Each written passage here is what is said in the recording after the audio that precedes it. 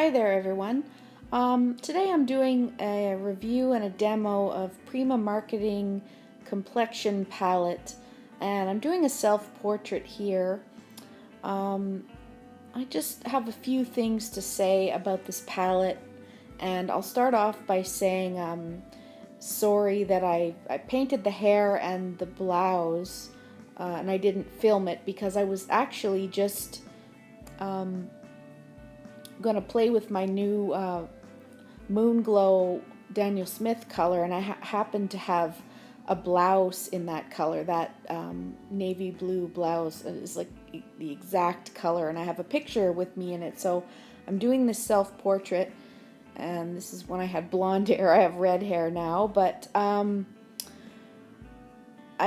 I painted that, and I'm actually painting on really crappy watercolor paper. It's that Reeves watercolor paper I showed in another video. It's like literally $5 paper, so it warped very badly. And I was just wanting to, do a real, just a test of the complexion palette and see how it would be for skin colors. So in the end, I'm actually quite happy with how the portrait turned out. I ended up saving it, so maybe you get something out of this video, just seeing how you could save what you think is going to be a very crappy painting. I saved it in the end by drawing with watercolor pencils at the end to give it some texture and a little more detail. And the paper is badly warped, but I'm going to straighten it out. And so I'm painting my yellow hair here. And what I've figured out about this palette is I do not like it for skin color, especially my skin color, which is a cool, very fair, pinkish toned white. This palette has like 1, 2, 3, 4 oranges and 5 browns, basically, and a pink and a black and a gold that's a bit sparkly. So basically I ended up being very frustrated with these watercolors. Partly it could have been because of the really crappy paper I was using. That definitely affected it, but the colors just would not mix how I'm used to mixing with watercolors. They have no luminosity, so they're very they're like opaque, and there's white in them, and there's white in that lemonade color, and I just couldn't get you need to use a lot of reds and blues and purples in the skin color, a Caucasian anyway, especially with a pink cool tone like mine. And I really was missing that. So in the end, I ended up using other of my own pinks and purples in my painting, and that fixed it. But I could not do this portrait with this complexion palette alone, which is what I was attempting to do, but it ended up failing. And I ended up saving it though by using my own colors, which I suspected I was going to have to do. However, there is one plus to this palette that I'm going to say here, so if you feel like getting it for this reason, you may want to do that. Well, aside from just the $20 or $25 is about what you pay for just the tin part, and even to put your own colors in there. But aside from that, I actually liked this palette for, kind of stating the obvious here, watching me paint this, blonde hair tones. So if you look at my hair here, I'm using, it's a lot of browns and yellows and golds, and they're the perfect shades for blonde hair. So that's a plus. And you'll see also I'm using this gold with the very light sparkles in it, which looks really cool in my hair. I just really like the subtle sparkly nature of the paint in my hair. It just gives it that it actually kind of looks like hair when you tilt it. You get that shine in blonde hair, the sparkles, and it looks like hair strands, little reflective lights on the strands. So that is definitely cool and a recommendation for this palette. But for skin tones, no, I did not like it at all. I did not like the creaminess and the opaqueness of these paints at all. I really much prefer luminous, translucent, and transparent watercolor paints. In the end, I ended up making this painting work, but I feel like I just fought with it the whole way. I mean, I've sped this up I think over 8 times speed, and the video is 20 minutes. So I'm considering posting the video, making a video of the painting real time, but it will just be a frustrating process to watch because it's just me screwing up over and over and cleaning it up, and I just feel like I'm fighting the paints the whole way. That's my experience with it, even though I saved it in the end.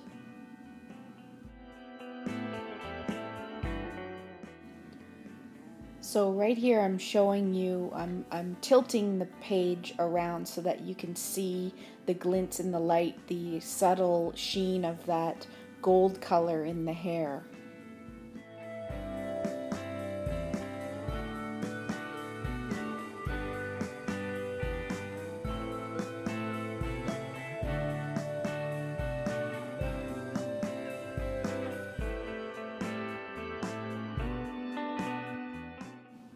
So another point I wanted to make in this video, just because it's happening right now, is if you're a beginning artist or even a seasoned artist, you know this, but I'm just still coming to terms with this, but there's a point in your art or your painting where you hit the wall and you get over that hump where it looks crappy. Like if anyone's looking over your shoulder, it looks ugly and you don't want anyone to see it. And then all of a sudden, boom, all of a sudden, it looks amazing just after you've done the last few tweaks.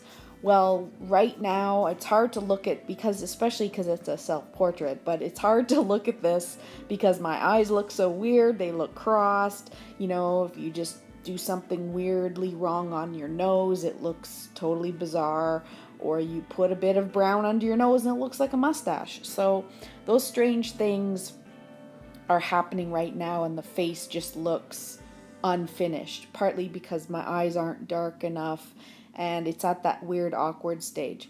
And I was even thinking this to myself as I was doing this. The paper was the Prima paints were so bad, not so bad, but I just had such a hard time with them on the crappy paper too, that I was overworking it and little pieces of paper were rolling off. It was pushing it right at the end of the paper's limits. Of course my cat had to say hello. I was pushing the paper's limits, and I was just thinking of abandoning it, but I thought, oh no, I'll just keep painting. And I'm glad I pushed through and got to the end stage where I could tweak it with, that's part of me that just doesn't want to give up, really, but it's just advice to everyone just to keep going with the painting, because I'm sure of this. It happens over and over and over. Every painting, you go through that ugly stage. It looks ugly or it looks horrible and you want to abandon it. Anyway, just don't, because I didn't, and it ends up looking good at the end. Of course, not every time, but this one did, and usually it does in my experience. It just amazes me every time it happens.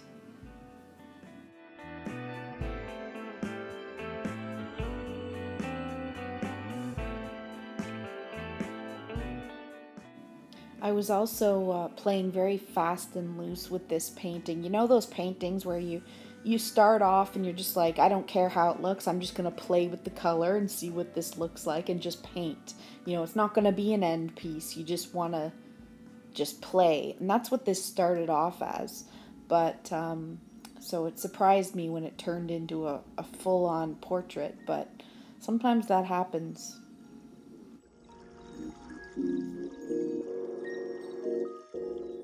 So here you'll see that because there's not a proper dark mauvey pink in the Prima set, I needed to get out, and for the blues in my eyes, I needed to get out some watercolor pencils, and I got out my Derwent watercolor pencils, but I didn't like any of the reds in there. They were either too orange, and I just didn't like the color, so I was just, as you saw there, I kept putting on different colors on the lips. It's just not working, and so I was like, basically the whole painting was like mistake after mistake, and it just goes to show that with watercolor you can keep changing things because it's not permanent, and I just kept lifting up the color off the lips and changing it and whatnot, and it ended up being a nice mauvey color in the end. But I think I had to get that from my little watercolor palette. I don't think I found that in the pencils.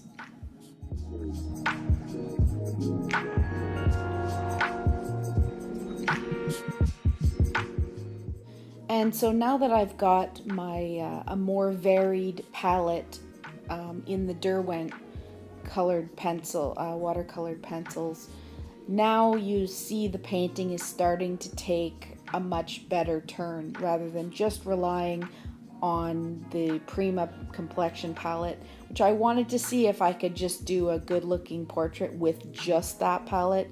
The answer is no. So, but I do like the palette for the hair, as I said.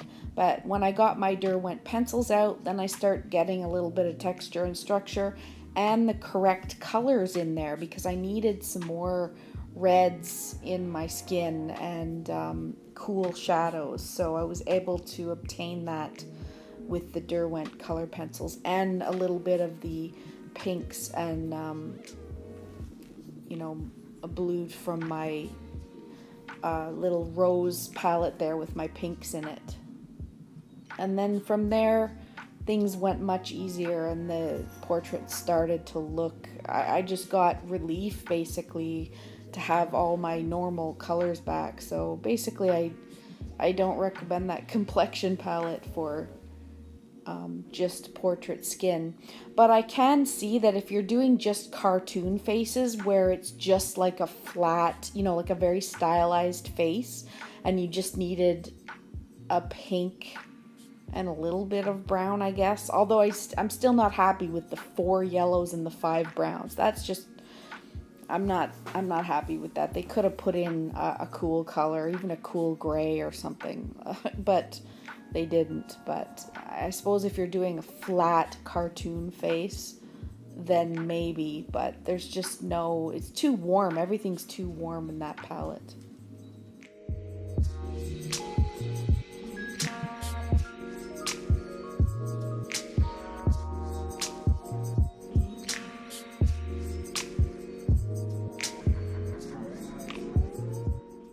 So here I'm very haphazardly and quickly slapping on the ultramarine blue background, and at this point I still don't really care about the painting. It's all warped. The paper is really, really warped, and the paper's all pilling up and stuff. But I was still surprised at the end how much I liked the portrait and how good it looked. So if you're having trouble, just keep on pushing through, and you might be able to save it in the end. It was just a real relief to have that blue at the end with all those warm colors. Trying to work with only those warm colors in the complexion palette.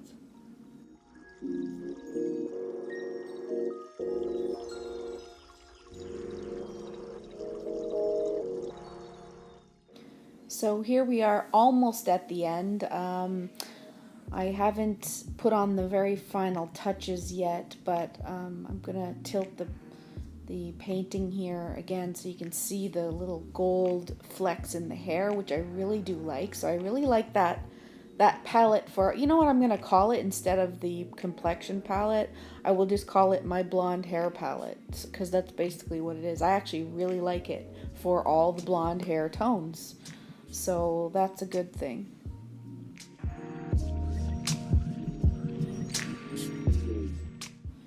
So now I'm just putting on all the final touches, all the final details that really make a portrait look realistic, like the fine hairs on the hairline, and I'm just keeping a little bit of the pencil texture in my skin, which you'll see it in the end, because that creates a little bit of skin texture. Skin isn't perfectly smooth. It has pores and little hairs, so it has some texture there, so that really gives it a realistic look. And just going in with the watercolor pencils to create some contrast and darken things up really makes the image pop.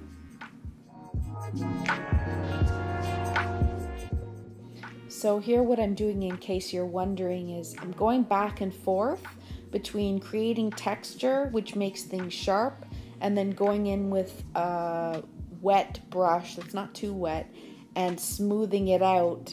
So it's sort of bouncing between sharpening and smoothing. And I keep sort of going back and forth until I like the way it looks. And it's basically, you just gotta look at it and what looks good. And I keep going back and forth between sharpening and blurring the lines, basically, until there's an even balance.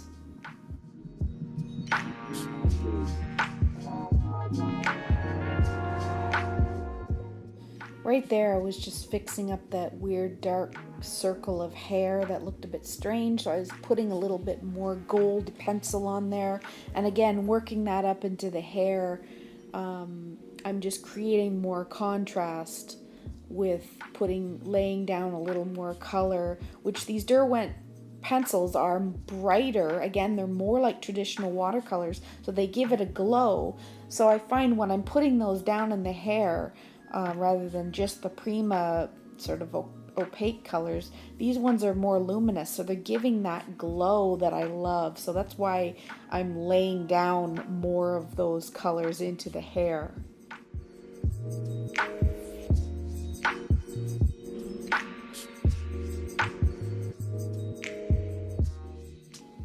And I'm creating little stray hairs around the edge of the hairline.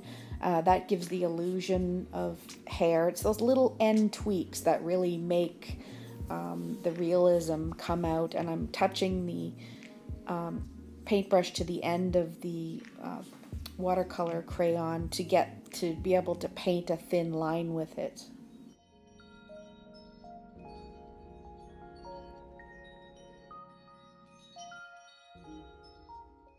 Okay, we're nearly at the end, and here are the very final touches. I get out my white gel pen. This is a Signo white gel pen, and this is going into the very light. When I had blonde hair, the very lightest pieces were almost white, so I'm just putting a little bit of gel pen in there, and this gives the very final highlights. And these are just the little cherries on top of the cupcake that really make things twinkle.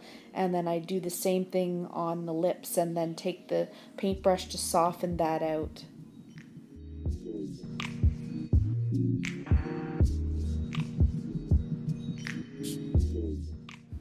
The trick for lips is you always remember that the top lip is always darker than the bottom, and then put a few light and dark lines in the bottom lip, and that will give the illusion of gloss.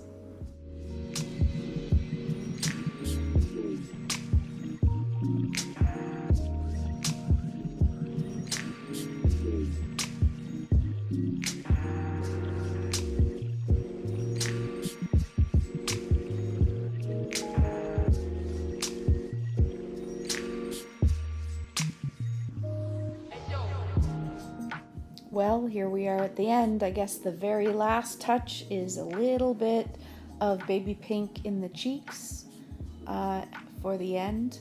and I really hope you enjoyed this demo and review. If you did, give me a like and subscribe if you feel like it.